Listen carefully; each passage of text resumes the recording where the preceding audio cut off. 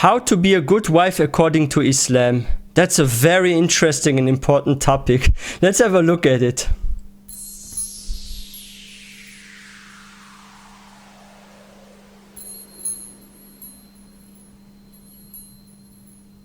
Allah subhanahu wa ta'ala created men and women very differently. True. Men, their biggest weakness is women. They could be rich or they could be poor, they could be, healthy and not very healthy, skinny and fat or tall, doesn't matter what culture, what language, all of them have the same weakness, women.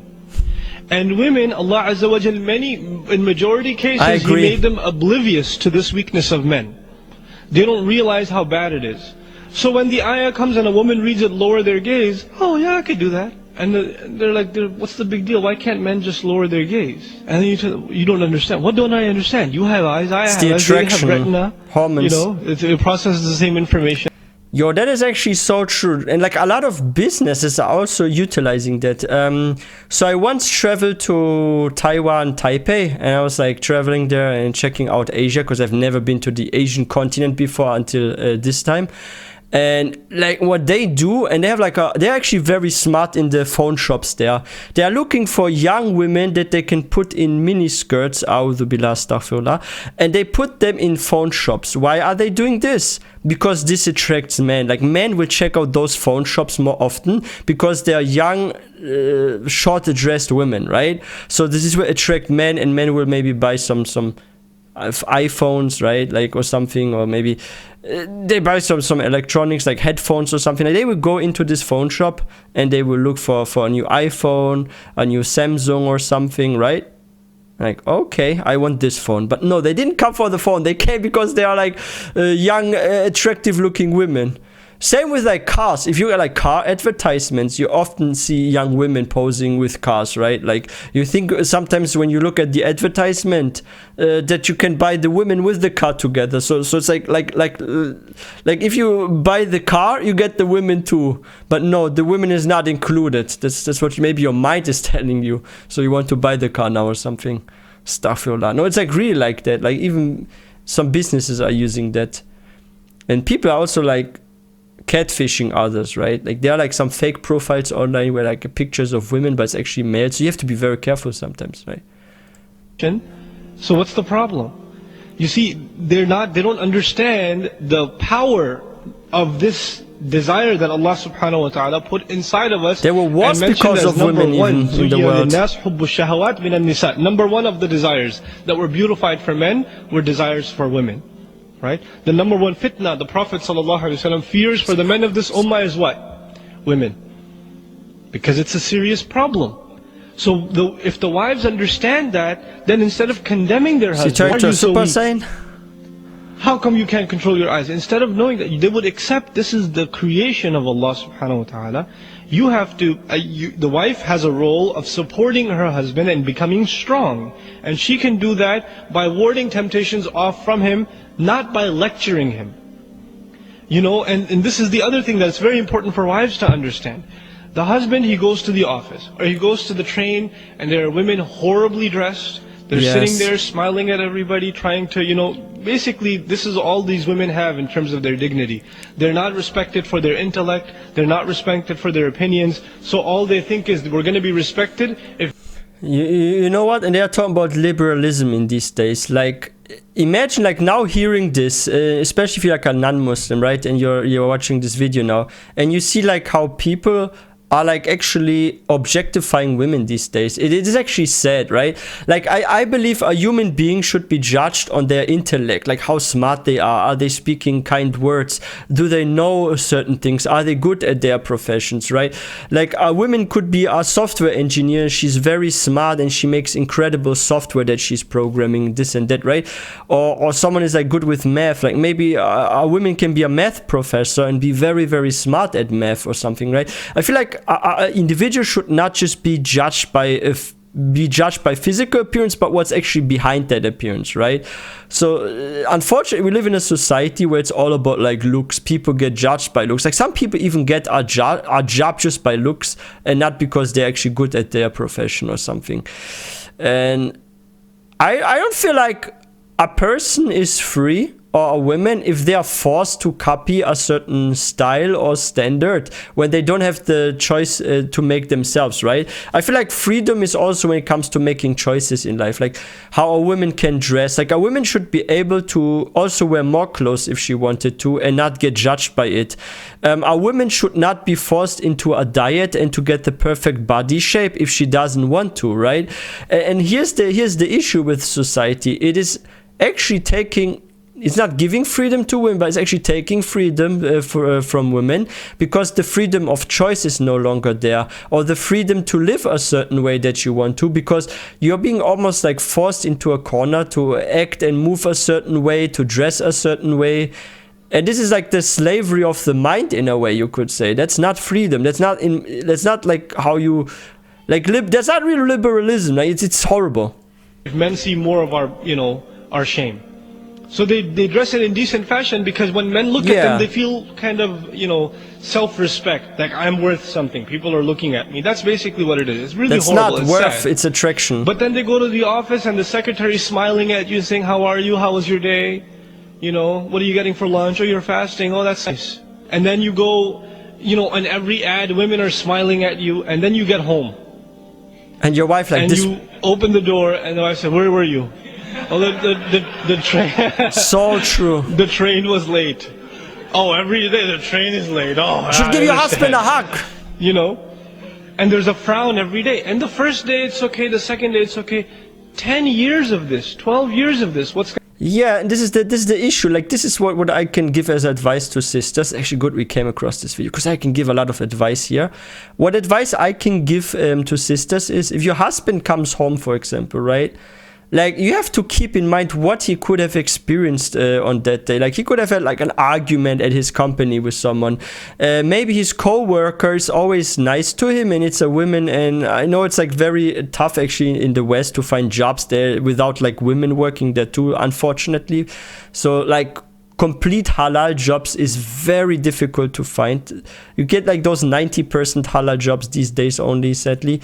But yeah, if like the secretary, like in this example, like what if the secretary, how was your day, how are you, is like this to the husband, but the own wife is not like that, right? So this makes the husband question, like, what did I bring home? Like, who did I marry?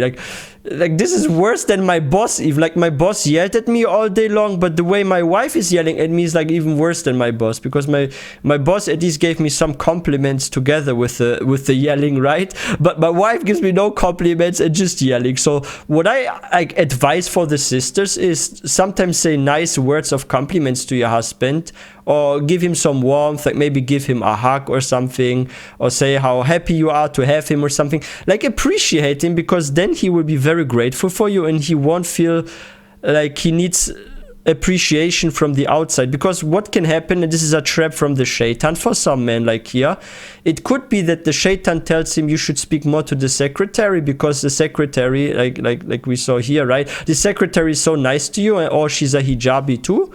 Maybe she's a better wife than your wife, but she's only nice because of her job, right? But maybe the shaitan will say she's nice because she likes you. And then there are like mind games going on between the two, and A'udhu Billah can lead to zina, or he takes a secret second wife or something. So, but the same you could say to wives if they are not housewives, but they're working and they come from home, and you as a husband, you only complain. It could be vice versa, right? So you have to be nice to your wife, because maybe the guy at the office is nicer to your wife than you, if your wife is not a housewife, right? So it is very important. And there's a frown every day. And the first day it's okay, the second day it's okay. 10 years becomes of too this, much 12 at some years point. of this, what's going to happen? Love dies. The husband has resentment towards the wife, even if he doesn't say anything. Sick love. He's building resentment inside. And the simple solution of the Messenger, sallallahu alaihi wasallam, a smile of the wife when the husband comes home. Yes. You know how big a deal this is? I'm happy to see you. This is not a small thing. It stabs the husband when the husband comes home and the wife doesn't care. I feel this way. He's very disturbed by that. He may not say something, but it really, really hurts husbands. And it hurts the relationship, and it comes out in weird ways. Now that they're hurt, they're kind of upset as they're having dinner. Oh, there's not enough salt in here. And they're extra angry at the kids. They're frustrated. Yeah, it's chain reaction. But the same scenario, the wife opens the door and she greets the husband with a smile. Just a smile, it's not expensive. But what happens? not, The rest no. of the night goes smoothly. Oh, Husband's yeah. in a good mood. He's talking to her. When he's talking to her, I don't want to talk right now, I have a headache. Is that going to happen? All started from where? Just one little act of the wife. These are simple solutions, but they're powerful solutions. And you don't take care of these solutions, and this baggage just keeps adding up and adding up and adding up. And true. that's where you get those statistics. Because the husband doesn't even want to look at the wife. She's just annoying. You know, she just does this or that.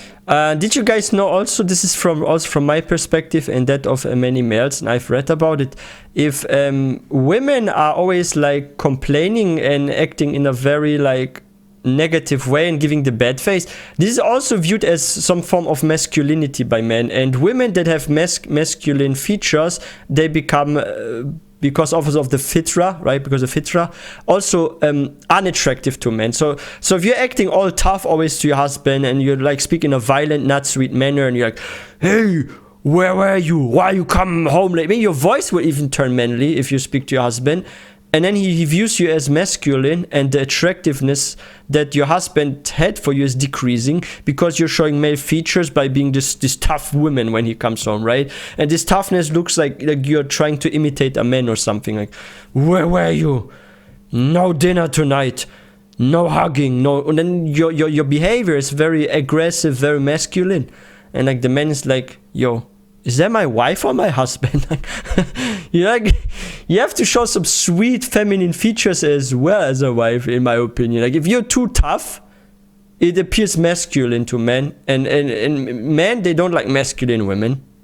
Solutions, but they're powerful solutions. And you don't take care of these solutions, and this baggage just keeps adding up and adding up and adding up, and that's where you get those statistics. Because the husband doesn't even want to look at the wife. She's just annoying. You know, she just does this or that, right? So both sides have to understand. They have to take care of the other side. Yes. Instead of expecting from the other side, just make a goal for yourself to take care of the other side. True. Wow. This was a very, very good video. And it is true. You have to be like that. If you are not like this, like, you're not gonna have a happy marriage. Like, a marriage should also be based upon kindness and respect for each other. If you don't respect your spouse and appreciate them, appreciation is very, very important. Because imagine love is like a fire almost. Like, not a fire like a Jahannam way, but like a fire, right? It has like certain energy.